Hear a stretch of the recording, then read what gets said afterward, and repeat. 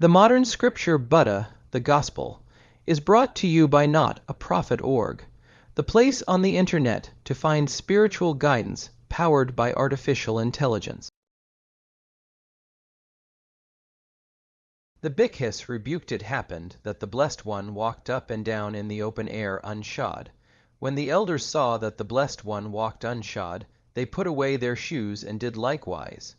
But the novices did not heed the example of their elders, and kept their feet covered.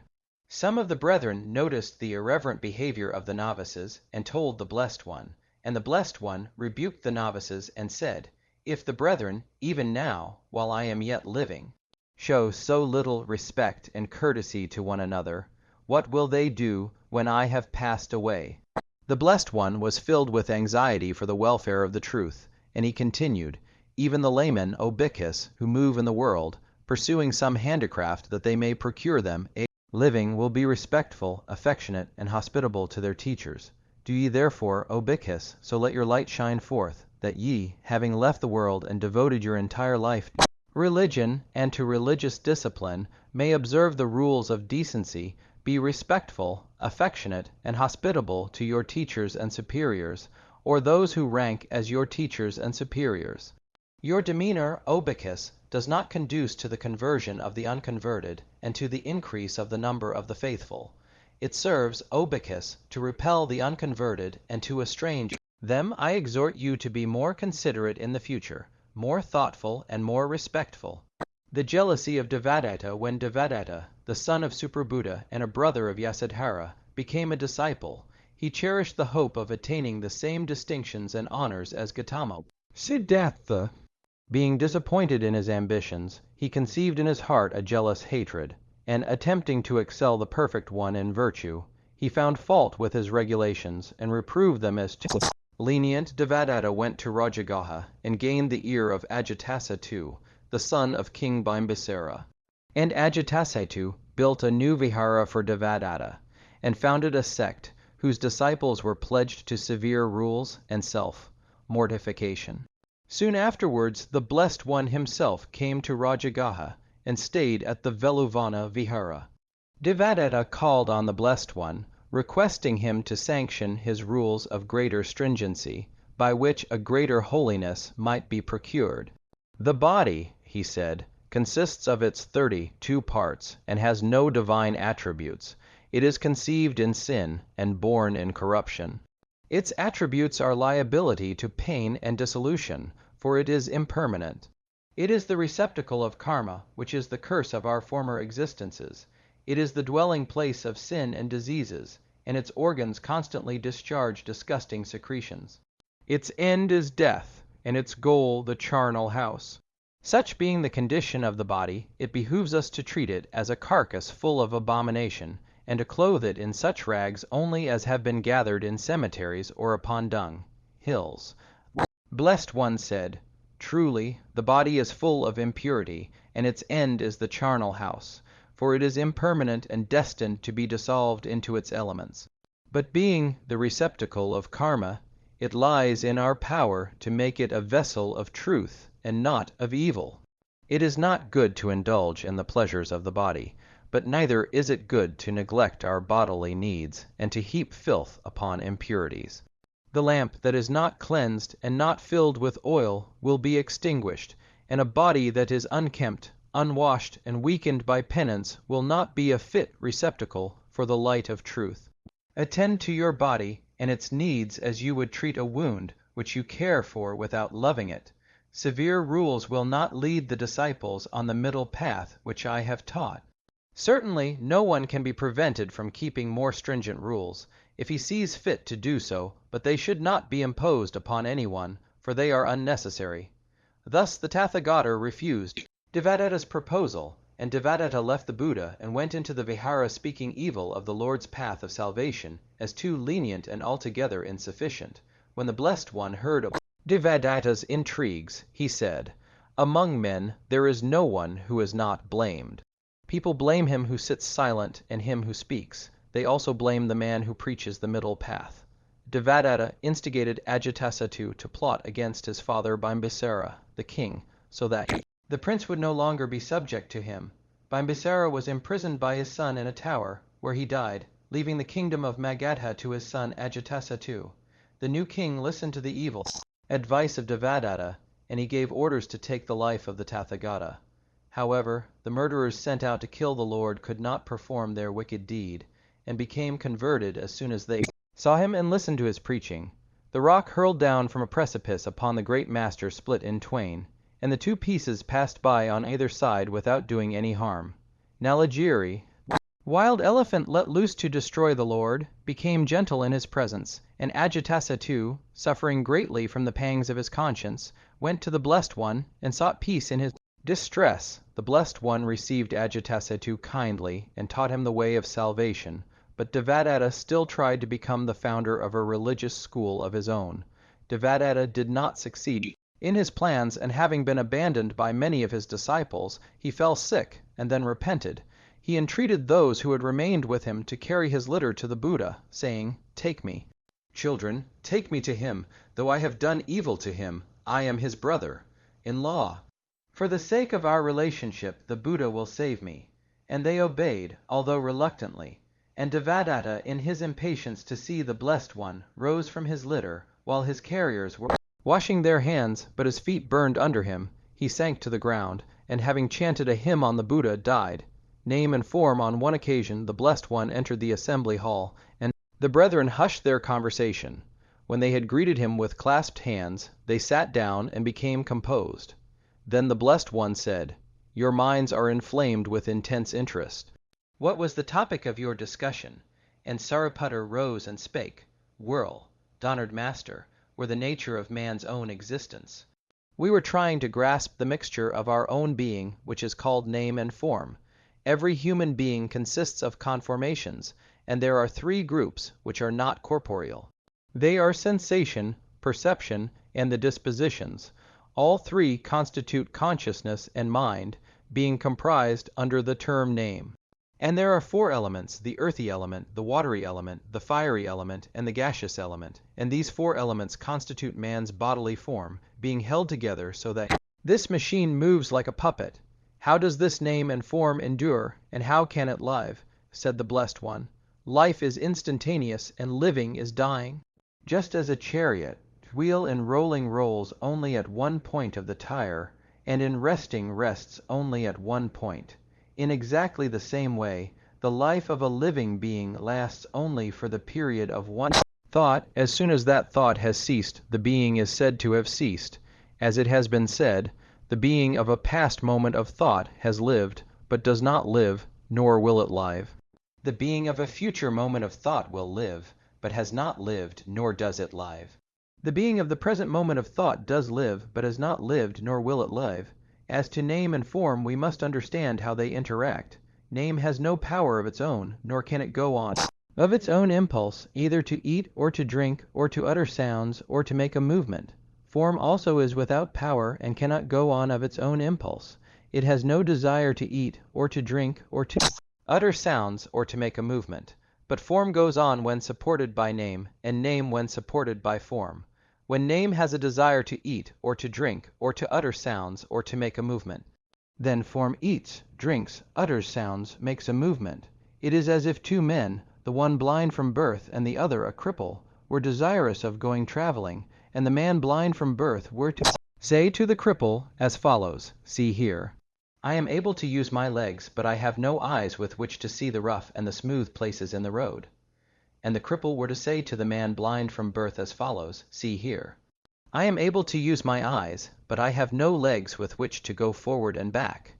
And the man blind from birth, pleased and delighted, were to mount the cripple on his shoulders. And the cripple sitting on the shoulders of the man blind from birth were to direct him, saying, "Leave the left and go to the right. Leave the right and go to the left." Here the man blind from birth is without power of his own and weak, and cannot go of his own impulse or might. The cripple also is without power of his own, and weak, and cannot go of his own impulse or might. Yet when they mutually support one another, it is not impossible for them to go. In exactly the same way, name is without power of its own, and cannot spring up of its own might, nor perform this or that action. Form also is without power of its own, and cannot spring up of its own might, nor perform this or that action. Yet when they mutually support one another, it is not impossible for them to spring up and go on. There is no material that exists for the production of name and form, and when name and form cease, they do not go any whither in space. After name and form have ceased, they do not exist anywhere, any more than there is heaped up music material. When a lute is played upon, there is no previous store of sound, and when the music ceases, it does not go any whither in space. When it has ceased, it exists nowhere in a stored-up state. Having previously been non-existent, it came into existence on account of the structure and stern of the lute and the exertions of the performer, and as it came into existence, so it passes away. In exactly the same way, all the elements of being, both corporeal and non-corporeal, come into existence after having previously been non-existent, and having come into existence, pass away. There is not a self residing in name and form, but the cooperation of the conformations produces what people call a man, just as the word chariot is but a mode of expression for axle, wheels, the chariot, body and other constituents in their proper combination. So a living being is the appearance of the groups with the four elements as they are joined in a unit. There is no self in carriage, and there is no self in man. O Bhikkhus, this doctrine is sure and an eternal truth, that there is no self outside of its parts. This self of ours, which constitutes name and form, is a combination of the groups with the four elements, but there is no ego entity, no self in itself. Paradoxical though it may sound, there is a path to walk on, there is walking being done, but there is no traveler. There are deeds being done, but there is no doer.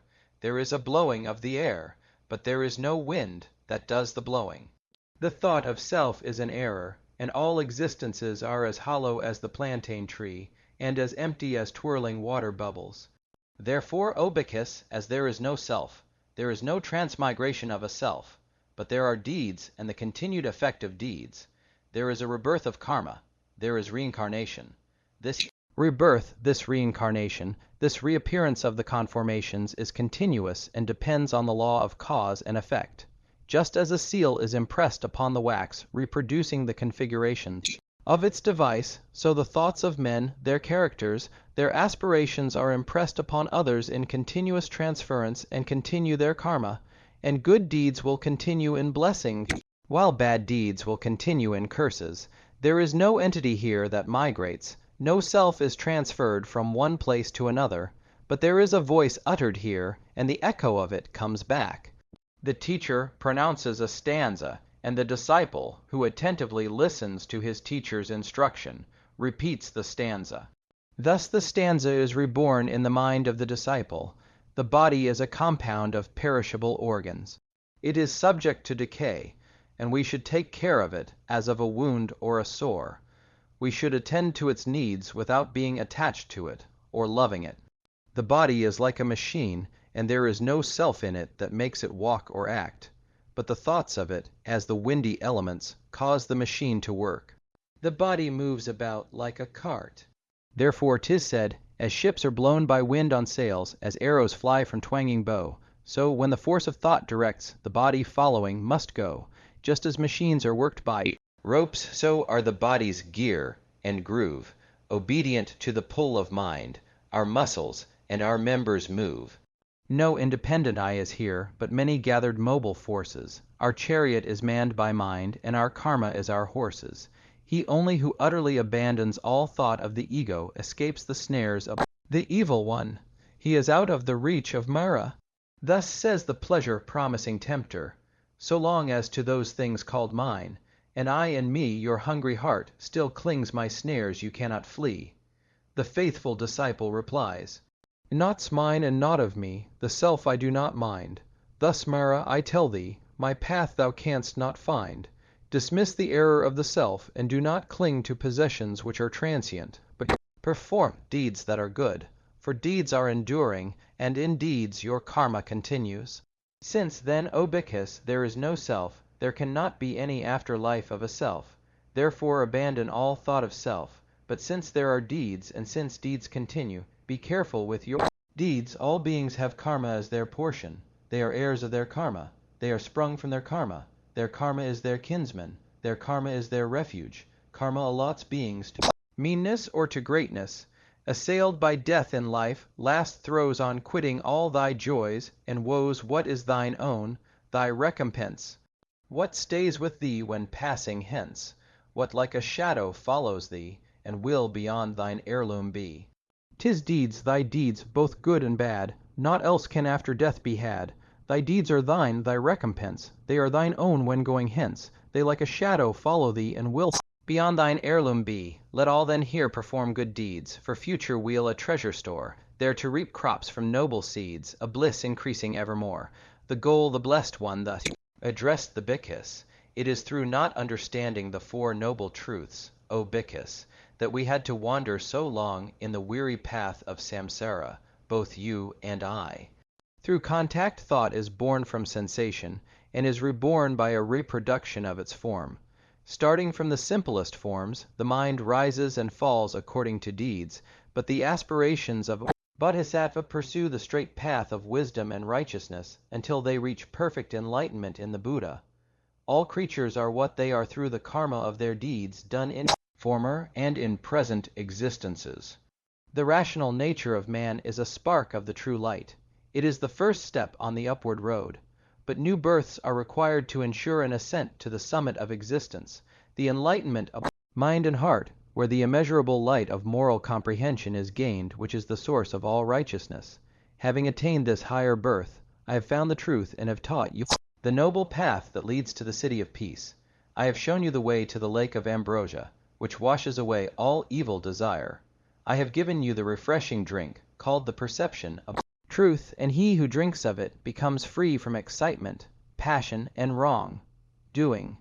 The very gods envy the bliss of him who has escaped from the floods of passion, and has climbed the shores of Nirvana. His heart is cleansed from all defilement, and free from all illusion.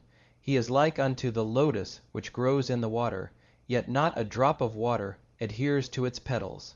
The man who walks in the noble path lives in the world, and yet his heart is not defiled by worldly desires. He who does not see the four noble truths, he who does not understand the three characteristics, and has not grounded himself in the uncreate, has still a long path to traverse by repeated births, through the desert of ignorance with its mirages of illusion, and through the morass of wrong. But now that you have gained comprehension, the cause of further migrations and aberrations is removed. The goal is reached. The craving of selfishness is destroyed, and the truth is attained. This is true deliverance. This is salvation. This is heaven, and the bliss of a life immortal. Miracles forbidden. Jyotika, the son of Subhadda, was a householder living in Rajagaha. Having received a precious bowl of sandalwood decorated with jewels, he erected a long pole before his house, and put the bowl on its top with this legend: Should a samana take this bowl down without using a ladder or a stick with a hook, or without climbing the pole, but by magic power, he shall receive as reward whatever he desires. The people came to the Blessed One, full of wonder and their mouths overflowing with praise, saying, Great is the Tathagata.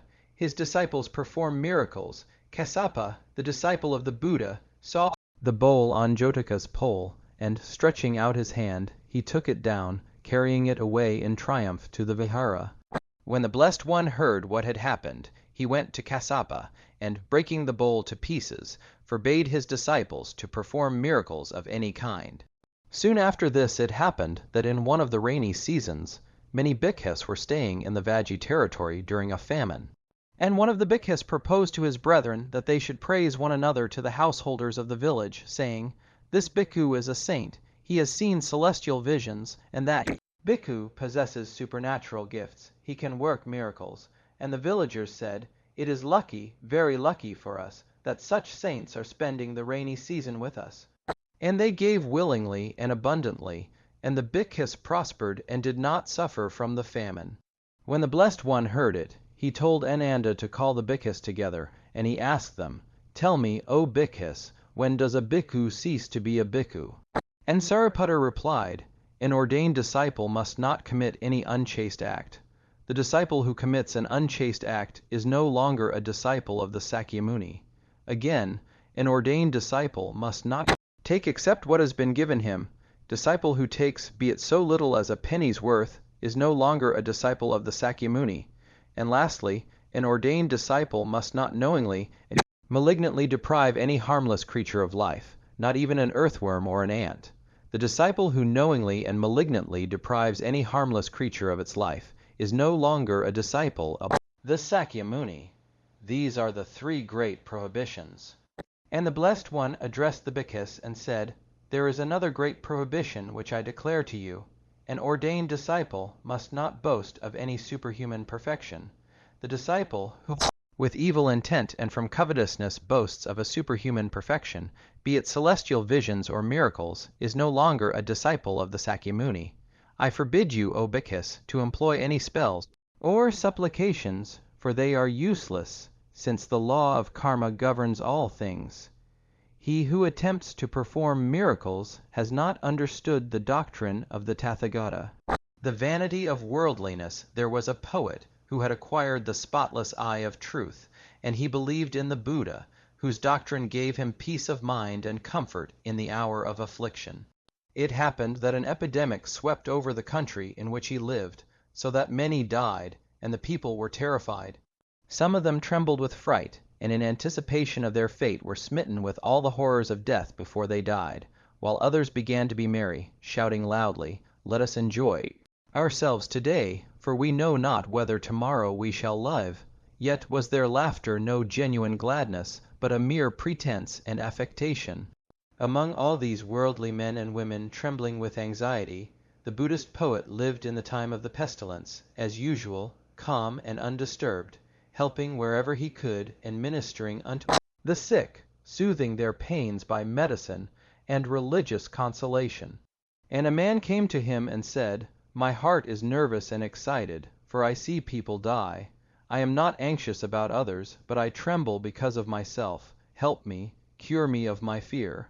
The poet replied, "There is help for him who has compassion on others, but there is no help for thee so long as thou clingest to thine own self alone. Hard times try the souls of men and teach them righteousness and charity. Canst thou witness these sad sights around thee, and still be filled with selfishness? Canst thou see thy brothers, sisters, and friends suffer, yet not forget the petty cravings and lust of thine own heart? Noticing the desolation in the mind of the pleasure-seeking man, the Buddhist poet composed this song and taught it to the brethren in the Vihara. Unless you take refuge in the Buddha and find rest in Nirvana, your life is but vanity, empty and desolate vanity. To see the world is idle, and to enjoy life is empty. The world, including man, is but like a phantom, and the hope of heaven is as a mirage. The worldling seeks pleasures, fattening himself like a caged fowl, but the Buddhist saint flies up to the sun like the wild crane. The fowl in the coop has food, but will soon be boiled in the pot. No provisions are given to the wild crane, but the heavens and the earth are his. The poet said, "The times are hard and teach the people a lesson, yet do they not heed it." And he composed another poem on the vanity of worldliness. It is good to reform, and it is good to exhort people to reform. The things of the world will all be swept away. Let others be busy and buried with care. My mind all unvexed shall be pure. After pleasures they hanker and find no satisfaction. Riches they covet and can never have enough. They are like unto puppets held up by a string. When the string breaks, they come down with a shock. In the domain of death there are neither great nor small. Neither gold nor silver is used, nor precious jewels. No distinction is made between the high and the low, and daily the dead are buried beneath the fragrant sod. Look at the sun setting behind the western hills. You lie down to rest, but soon the cock will announce morn. Reform today, and do not wait until it be too late. Do not say it is early, for the time quickly passes by. It is good to reform, and it is good to exhort people to reform. It is good to lead a righteous life, and take refuge in the Buddha's name. Your talents may reach to the skies, your wealth may be untold, but all is in vain unless you attain the peace of Nirvana. Secrecy and publicity, the Buddha said, 3 things, O disciples, are characterized by secrecy: love affairs, priestly wisdom, and all aberrations from the path of truth. Women who are in love, O disciples, seek secrecy and shun publicity. Priests who claim to be in possession of special revelation, O disciples, seek secrecy and shun publicity. All those who stray From the path of truth, O disciples, seek secrecy and shun publicity. 3 things, O disciples, shine before the world and cannot be hidden. What are the 3? The moon, O disciples, illumines the world and cannot be hidden. The sun, O disciples, illumines the world and cannot be hidden. And the truth proclaimed by the Tathagata illumines the world and cannot be hidden. These 3 things, O disciples, illumine the world and cannot be hidden. There is no secrecy about them. The annihilation of suffering, the Buddha said, "What, my friends, is evil? Killing is evil. Stealing is evil. Yielding to sexual passion is evil. Lying is evil. Slandering is evil. Abuse is evil. Gossip is evil. Envy is evil. Hatred is evil. To cling to false doctrine is evil. All these things, my friends, are evil. And what, my friends, is the root of evil? Desire is the root of evil. Hatred is the root of evil. Illusion is the root of evil. These things are the root of evil. What, however, is good? Abstaining from killing is good. Abstaining from theft is good. Abstaining from sensuality is good. Abstaining from falsehood is good. Abstaining from slander is good. Suppression of unkindness is good. Abandoning gossip is good. Letting go all envy is good. Dismissing hatred is good. Obedience to the truth is good. All these things are good. And what, my friend, is the root of the good? Freedom from desire is the root of the good. Freedom from hatred and freedom from illusion.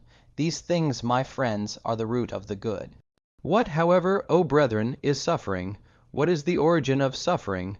What is the annihilation of suffering? Birth is suffering. Old age is suffering. Disease is suffering. Death is suffering. Sorrow and misery are suffering. Affliction and despair are suffering. To be united with loathsome things is suffering. The loss of that which we love and the failure in attaining that which is longed for are suffering. All these things, O brethren, are suffering. And what, O brethren, is the origin of suffering? It is lust, passion, and the thirst for existence that yearns for pleasure everywhere, leading to a continual rebirth, it is sensuality, desire, selfishness. All these things, O brethren, are the origin of suffering. And what is the annihilation of suffering? The radical and total annihilation of this thirst and the abandonment, the liberation, the deliverance from passion. That, O brethren, is the annihilation of suffering. And what, O brethren, is the path that leads to the annihilation of suffering? It is the holy Eightfold Path that leads to the annihilation of suffering, which consists of right views, right decision, right speech, right action, right living, right struggling, right thoughts, and right meditation. Insofar, O friends, as a noble youth thus recognizes suffering and the origin of suffering, as he recognizes the annihilation of suffering, and walks on the path that leads to the annihilation of suffering, radically forsaking passion, subduing wrath, annihilating the vain conceit of the I am, leaving ignorance and attaining to enlightenment, he will make an end of all suffering even in this life. Avoiding the 10 evils, the Buddha said, all acts of living creatures become bad by 10 things, and by avoiding the 10 things they become good. There are 3 evils of the body, 4 evils of the tongue, and 3 evils of the mind. The evils of the body are murder, theft, and adultery; of the tongue, lying, slander, abuse, and idle talk; of the mind, covetousness, hatred, and error. I exhort you to avoid the 10 evils. 1. Kill not, but have regard for life. 2. Steal not, neither do you rob, but help everybody to be master of the fruits of his labor. 3. Abstain from impurity, and lead a life of chastity. 4. Lie not, but be truthful. Speak the truth with discretion, fearlessly, and in a loving heart. 5. Invent not evil reports, neither do you repeat them. Carp not, but look for the good sides of your fellow beings, so that ye may with sincerity defend them against their enemies. 6. Swear not, but speak decently and with dignity. 7. Waste not the time with gossip, but speak to the purpose, or keep silence. 8. Covet not, nor envy, but rejoice at the fortunes of other people. 9. Cleanse your heart of malice and cherish no hatred, not even against your enemies, but embrace all living beings with kindness. 10. Free your mind of ignorance, and be anxious to learn the truth, especially in the one thing that is needful, lest you fall a prey either to skepticism or to errors. Skepticism will make you indifferent, and errors will lead you astray, so that you shall not find the noble path that leads to life eternal. The preacher's mission, the Blessed One said to his disciples, "When I have passed away, and can no longer address you and edify your minds with religious discourse, select from among you men of good family and education to preach the truth in my stead, and let those men be invested with the robes of the Tathagata. Let them enter into the abode of the Tathagata, and occupy the pulpit of the Tathagata." The robe of the Tathagata is sublime forbearance and patience. The abode of the Tathagata is charity and love of all beings. The pulpit of the Tathagata is the comprehension of the good law in its abstract meaning as well as in its particular application. The preacher must propound the truth with unshrinking mind. He must have the power of persuasion rooted in virtue and in strict fidelity to his vows. The preacher must keep in his proper sphere and be steady in his course. He must not flatter his vanity by seeking the company of the great, nor must he keep company with persons who are frivolous and immoral. When in temptation, he should constantly think of the Buddha, and he will conquer.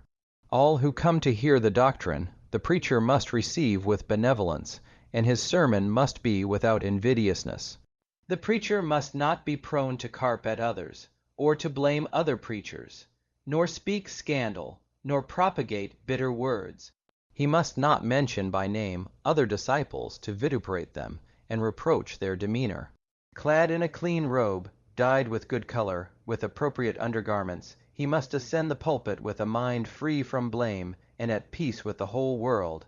He must not take delight in querulous disputations or engage in controversies so as to show the superiority of his talents, but be calm and composed. No hostile feelings shall reside in his heart, and he must never abandon the disposition of charity toward all beings. His sole aim must be that all beings become Buddhas. Let the preacher apply himself with zeal to his work, and the Tathagata will show to him the body of the holy law in its transcendent glory. He shall be honored as one whom the Tathagata has blessed. The Tathagata blesses the preacher, and also those who reverently listen to him and joyfully accept the doctrine. All those who receive the truth will find perfect enlightenment. And verily, such is the power of the doctrine, that even by the reading of a single stanza, or by reciting, copying, and keeping in mind a single sentence of the good law, persons may be converted to the truth and enter the path of righteousness which leads to deliverance from evil. Creatures that are swayed by impure passions, when they listen to the voice, will be purified. The ignorant who are infatuated with the follies of the world will, when pondering on the profundity of the doctrine, acquire wisdom. Those who act under the impulse of hatred will, when taking refuge in the Buddha, be filled with goodwill and love. A preacher must be full of energy and cheerful hope, never tiring and never despairing of final success. A preacher must be like a man in quest of water, who digs a well in an arid tract of land. So long as he sees that the sand is dry and white, he knows that the water is still far off, but let him not be troubled or give up the task as hopeless. The work of removing the dry sand must be done so that he can dig down deeper into the ground, and often the deeper he has to dig, the cooler and purer and more refreshing will the water be. When after some time of digging he sees that the sand becomes moist, he accepts it as a token that the water is near. So long as the people do not listen to the words of truth, the preacher knows that he has to dig deeper into their hearts. When they begin to heed his words, he apprehends that they will soon attain enlightenment. Into your hands, O you men of good family and education, who take the vow of preaching the words of Tathagata, the Blessed One transfers, entrusts, and commends the good law of truth. Receive the good law of truth, keep it, read and reread it, fathom it, promulgate it, and preach it to all beings in all the quarters of the universe. The Tathagata is not avaricious nor narrow-minded, and he is willing to impart the perfect Buddha knowledge unto all who are ready and willing to receive it. Do you be like him, imitate him, and follow his example in bounteously giving, showing, and bestowing the truth. Gather round you hearers who love to listen to the benign and comforting words of the law. Rouse the unbelievers to accept the truth and fill them with delight and joy. Quicken them, edify them, and lift them higher and higher until they see the truth face to face in all its splendor and infinite glory. When the Blessed One had thus spoken, the disciples said, O thou who rejoicest in kindness having its source in compassion, thou great cloud of good qualities and of benevolent mind, thou quenchest the fire that vexeth living beings, thou pourest out nectar, the rain of the law. We shall do, O Lord, what the Tathagata commands. We shall fulfill his behest. The Lord shall find us obedient to his words. And this vow of the disciples resounded through the universe, and like an echo it came back from all the bodhisattvas who are to be, and will come to preach the good law of truth to future generations. And the Blessed One said, the Tathagata is like unto a powerful king who rules his kingdom with righteousness, but being attacked by envious enemies goes out to wage war against his foes.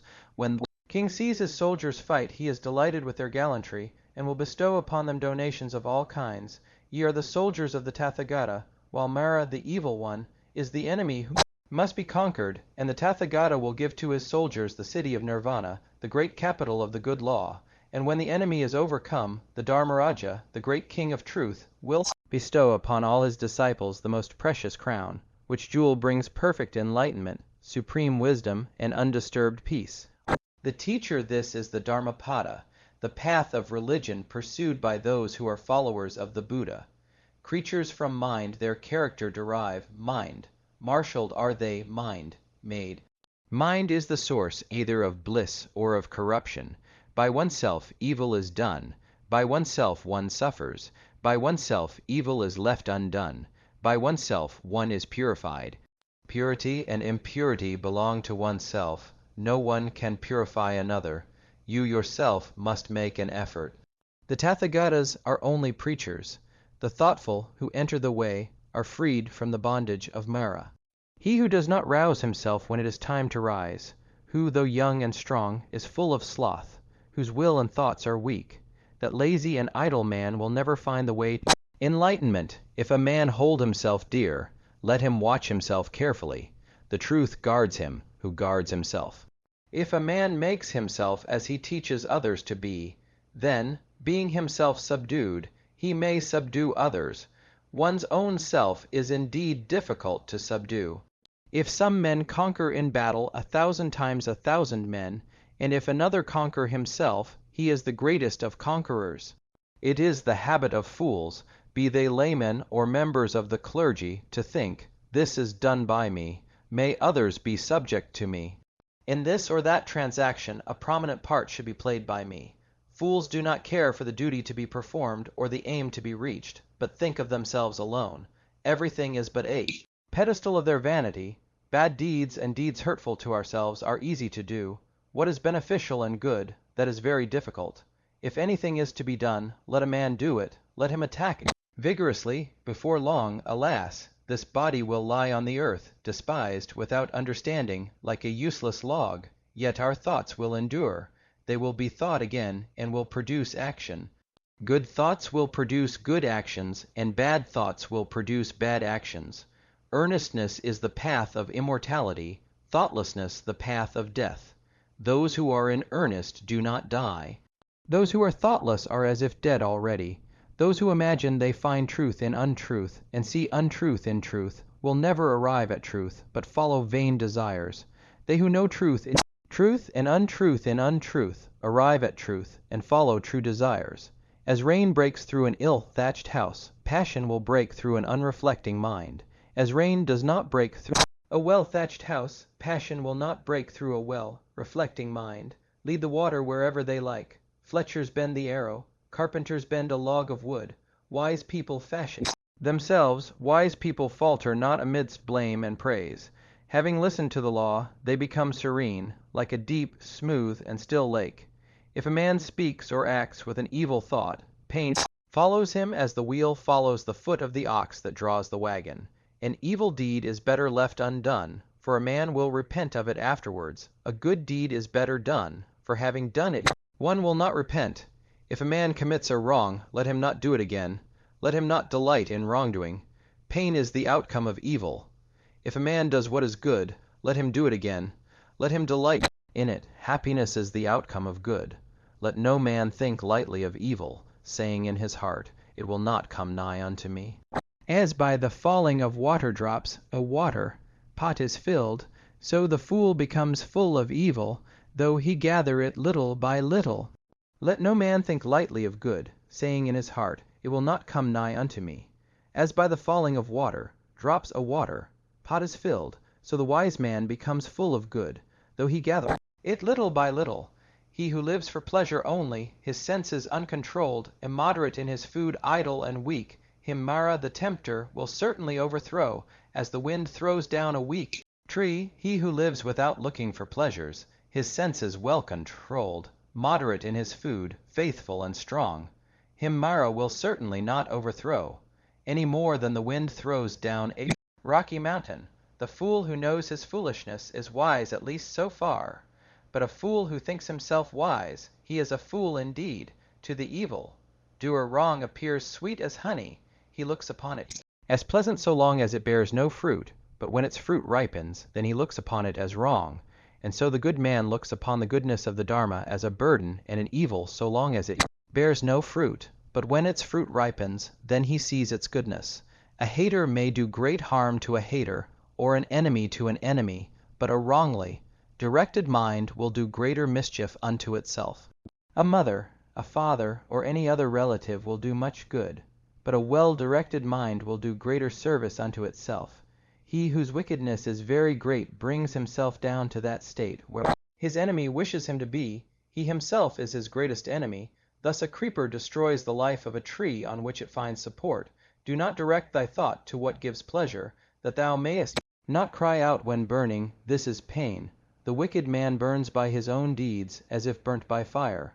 Pleasures destroy the foolish. The foolish man by his thirst for pleasures destroys himself, as if he were his own enemy. The fields are damaged by hurricanes and weeds. Mankind is damaged by passion, by hatred, by vanity, and by lust.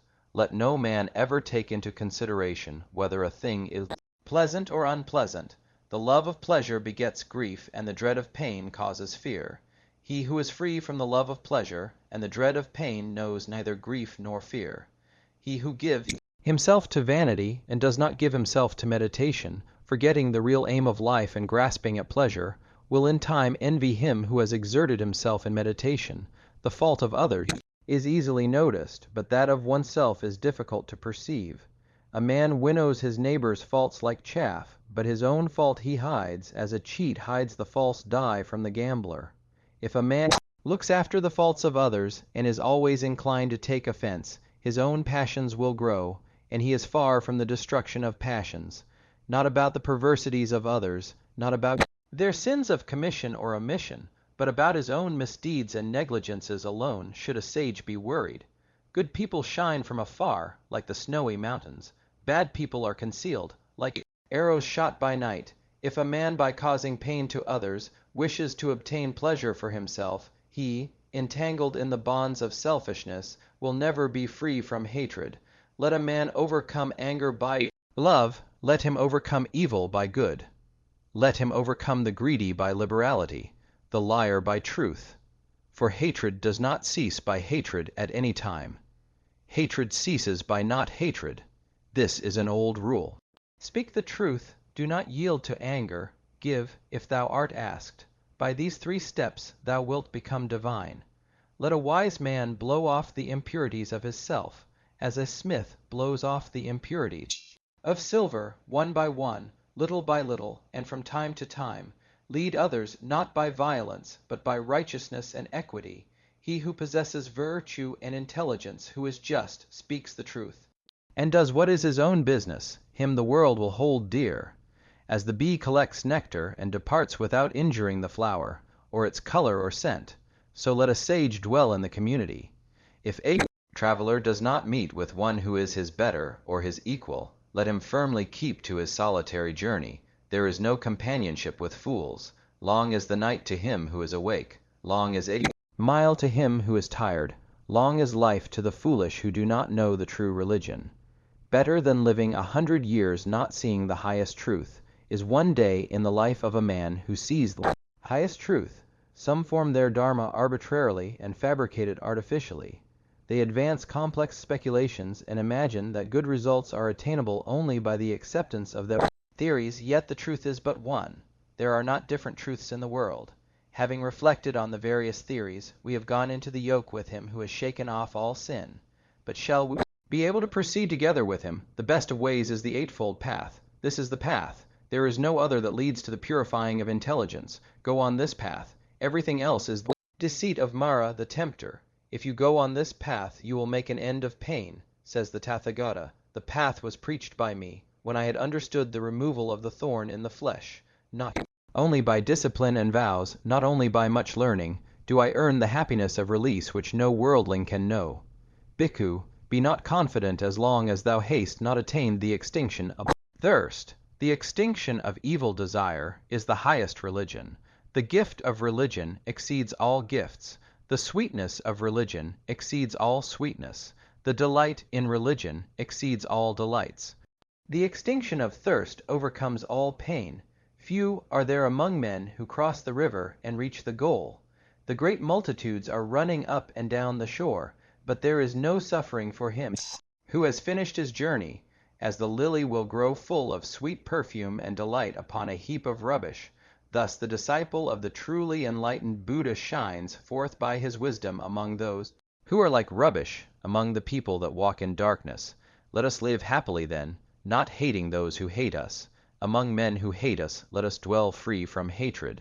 Let us live happily then, free from all ailments among the ailing. Among men who are ailing, let us dwell free from ailments. Let us live happily then, free from greed among the greedy. Among men who are greedy, let us dwell free from greed. The sun is bright by day, the moon shines by night. The warrior is bright in his armor, thinkers are bright in their meditation. But among all the brightest, with splendor day and night, is the Buddha, the awakened, the holy, blessed.